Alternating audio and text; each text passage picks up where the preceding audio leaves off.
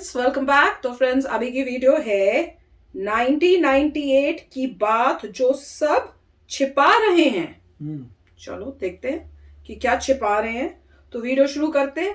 Video शुरू करने से पहले अगर आप चैनल पर नए हो और आपने अभी तक सब्सक्राइब नहीं किया तो जल्दी से पहले सब्सक्राइब के बटन और बेल आइकन को क्लिक कर लो ताकि आपको हमारे सारे न्यू वीडियोस के नोटिफिकेशन मिल जाए जैसे हम अपलोड करें। अगर आपको वीडियो पसंद आता है प्लीज लाइक एंड शेयर। चलिए शुरू करते हैं। नमस्कार दोस्तों, स्वागत है आपका हिंदी नॉलेज शो में। तो दोस्तों, मैं आपसे रिक्वेस्ट करूंगा कि प्लीज इस वीडियो को अंत तक देखिएगा। बहुत इंपॉर्टेंट चीज मैं आपको दिखाने जा रहा हूं आज विद ऑल प्रूफ्स। तो दोस्तों, हुआ क्या कि आज सुबह 3:30 बजे संयुक्त राष्ट्र सुरक्षा परिषद यानी कि यूएनएससी की बैठक हुई थी और इस बैठक में रूस के खिलाफ प्रस्ताव लाया गया था। इस प्रस्ताव पर वोटिंग भी हुई। वोटिंग के अनुसार 11 देशों ने प्रस्ताव के पक्ष में वोट दिया, वहीं रूस ने इसके विरोध में वीटो पावर लगा दिया, लेकिन भारत, यूएई और चीन ने एब्सटेन कर दिया।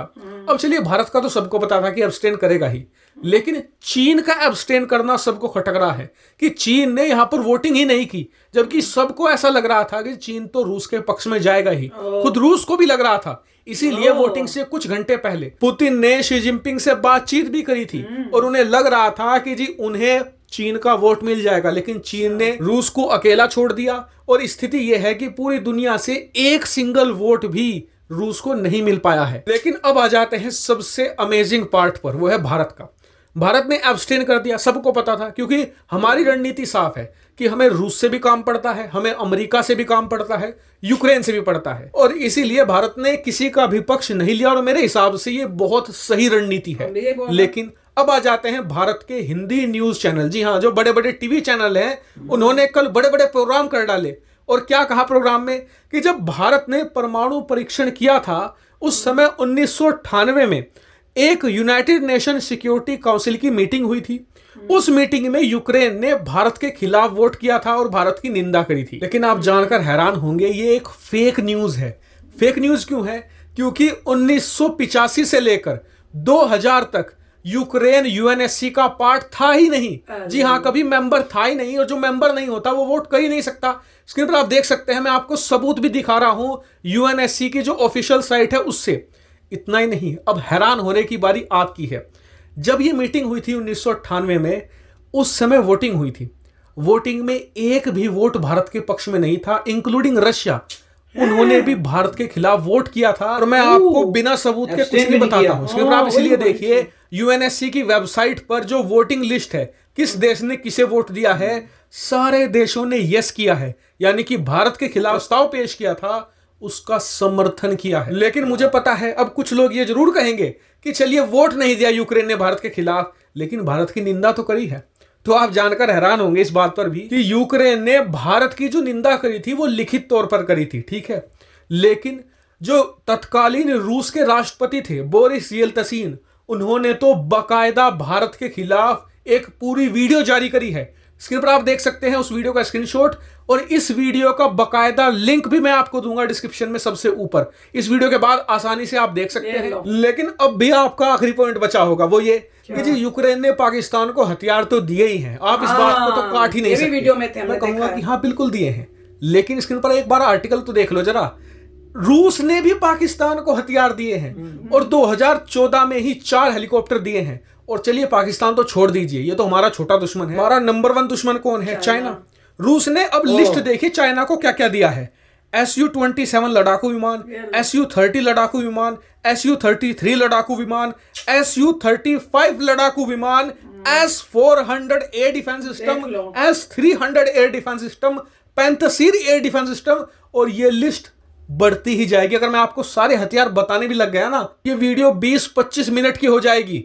और देखिए, मेरा मकसद ये नहीं है कि मैं आपको कहूं कि रूस को जाकर हेट करो या यूक्रेन को जाकर हेट करो। किसी को हेट करने की जरूरत नहीं है। मैं बस चाहता हूं कि आप सब लोग हमारे इस प्यारे महान राष्ट्र के बारे में सोचें, इससे प्यार करें और इसके हितों के बारे में देखें, क्योंकि ये इतिहास रहा है। आप कभी का उठाकर देख लीजिए, 100 साल, 200 साल, 500 साल पुराना इतिहास। जब जब किसी देश ने अपने हितों से ऊपर अपनी दोस्ती, यारी, रिश्तेदारी को रखा है ना, उस देश को कोई नहीं बचा सका। और जब जब किसी राष्ट्र ने अपने हितों को सर्वोपरि रखा है, उस राष्ट्र के सूर्य का कभी अंत नहीं हुआ, वो चढ़ता ही चला गया।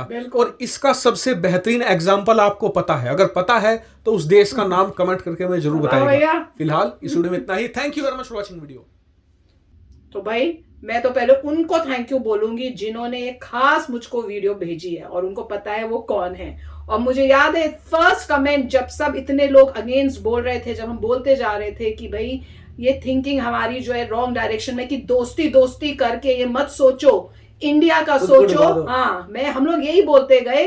मैंने अभी लास्ट वीडियो कौन सी थी, मेरे ख्याल से खान सर की वीडियो थी शायद, जब उसको शुरू करने से पहले मैंने कहा था, या उसके बीच में एंड में जब बोला था कि एक थोड़े टाइम के लिए इंडिया और रशिया की पास दोस्ती को भूल कर इसको देखो और फिर आप समझोगे कि क्या ठीक है क्या गलत है।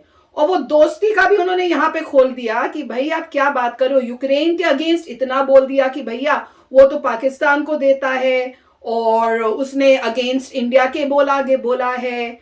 और अब और भी चीजें आती हैं कि हर छोटी चीज को इतना बढ़ा के उसको दिखाने की कोशिश की है कि जो यूक्रेन है वो एक विलन है फॉर इंडिया। तो अब उसका पता चल रहा है कि भाई उस टाइम वो तो थे ही नहीं उसके अंदर, और उन्होंने तो रिटर्न लिख के दिया था। और ऊपर से अगर आप रशिया को देखो तो उस टाइम रशिया ने अगेंस्ट इंडिया जो है वोट किया था, और वहां के उस टाइम के प्रेसिडेंट ने बल्कि स्पीच दी थी अगेंस्ट इंडिया। तो अब बताओ आप, तो ये सब मैं बता के मैं कमेंट सेक्शन सच्ची में टाइप कर करके थक गई हूँ। हस्बैंड को नहीं बताया क्योंकि मुझे पता है हस्बैंड को बताया तो वो कहेंगे तुम इस सारे कामों में क्यों पड़ी हुई हो, क्योंकि वो कहेंगे तुम यूट्यूब में अपनी मर्जी से बिकॉज ऑफ लव कर रही हूं और इनको खींच के करवाती हूं। तो वो मुझे कहेंगे कि भैया why are you wasting your time like this. तो मैंने कहा इनको नहीं बताना। पॉइंट ये है कि लोगों को मतलब पॉइंट सबसे बड़ा पॉइंट ये है कि ये ओपिनियन वाली बात है। एक होता है फैक्ट कि ये फैक्ट है, और उन फैक्ट्स को देख के आप अपना ओपिनियन बनाइए। अब चक्कर ये होता है कि जिसने आपका जैसा ओपिनियन बनाना है, जो आपसे बड़े प्लेयर्स हैं, वो आपको वही फैक्ट्स बताते हैं जिससे ओपिनियन को आपका चेंज कर सकें।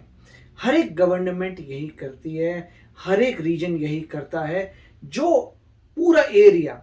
तो लोग मोस्टली जो होते हैं, एक जो उनको फैक्ट्स दिखे थे, एक तरफा फैक्ट्स दिख गए, जो था लोगों ने कर लिया, तो एक तरफ से आते हैं।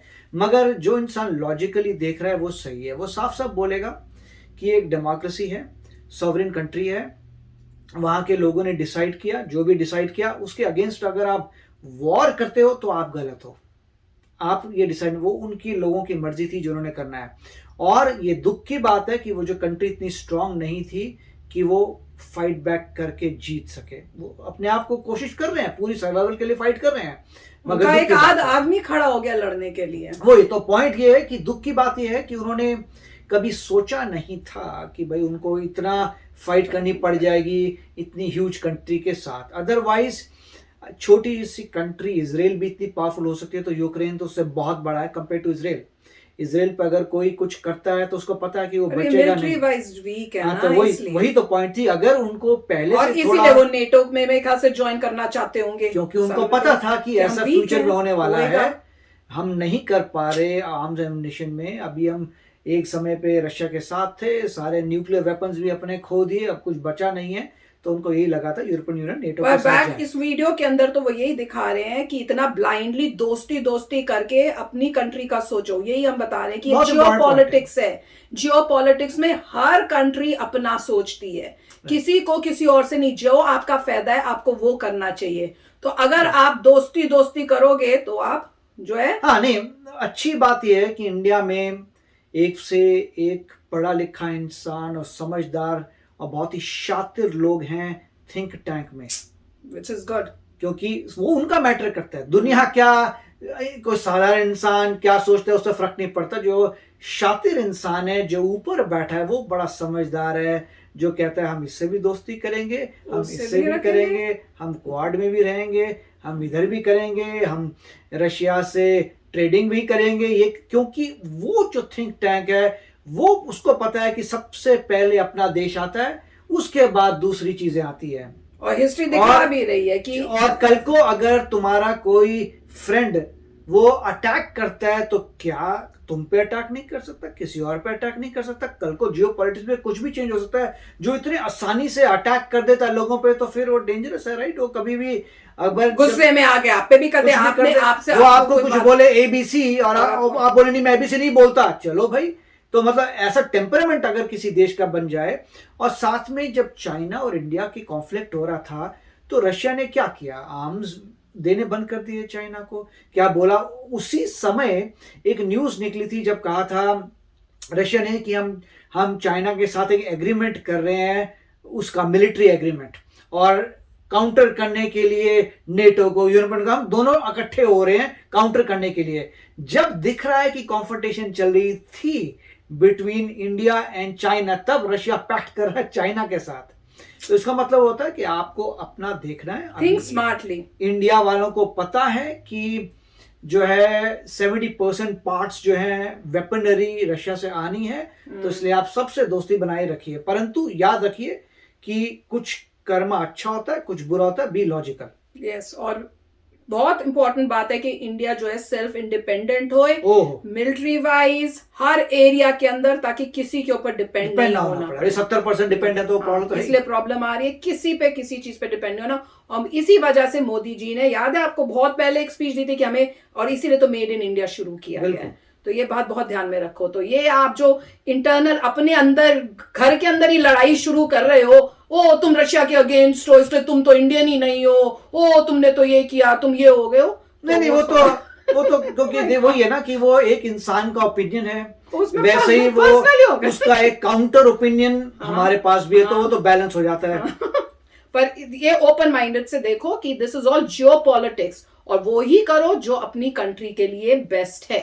तो बस इसी पे एंड करते हैं। पर हाँ, जिन्होंने ये वीडियो खास ढूंढकर ये बताया कि देखो एक्चुअली में ये, और सारे न्यूज जितने भी हमने वीडियोस देखे थे वो इसी बातों पे स्ट्रेस कर रहे थे कि यूक्रेन ने दे दिया जी, यूक्रेन ने इंडिया के अगेंस्ट बोल दिया, यूक्रेन ने ये हो गया वो हो गया, और रशिया जो है बहुत वो मतलब जिन्होंने भी ये सजेस्ट किया है वो अपने देश का भला कर रहे हैं, बिल्कुल अपने देश के लोगों को समझाने की कोशिश कर रहे हैं कि पहले अपना देखो भैया, उसके बाद मित्रता का देखना। और आप मित्रता के लिए भी देखो कि 70% जो आर्म्स एम्युनिशन है वहीं से आने हैं, तो वो तो बनता ही था। Yes, so be careful, emotional ना होके प्रैक्टिकल फैक्ट्स के साथ सोचा जाना चाहिए। तो चलो चलते हैं, मिलेंगे नेक्स्ट वीडियो में बहुत ही जल्द। Till then take care and bye bye. तो अगर आप मेरे इस चैनल पे नए हो तो जल्दी से सब्सक्राइब के बटन को हिट करो और बेल आइकन को क्लिक करो, ताकि आपको मेरा जब नया वीडियो मैं लगाऊं आपको उसके बारे में जल्दी से पता चल जाए।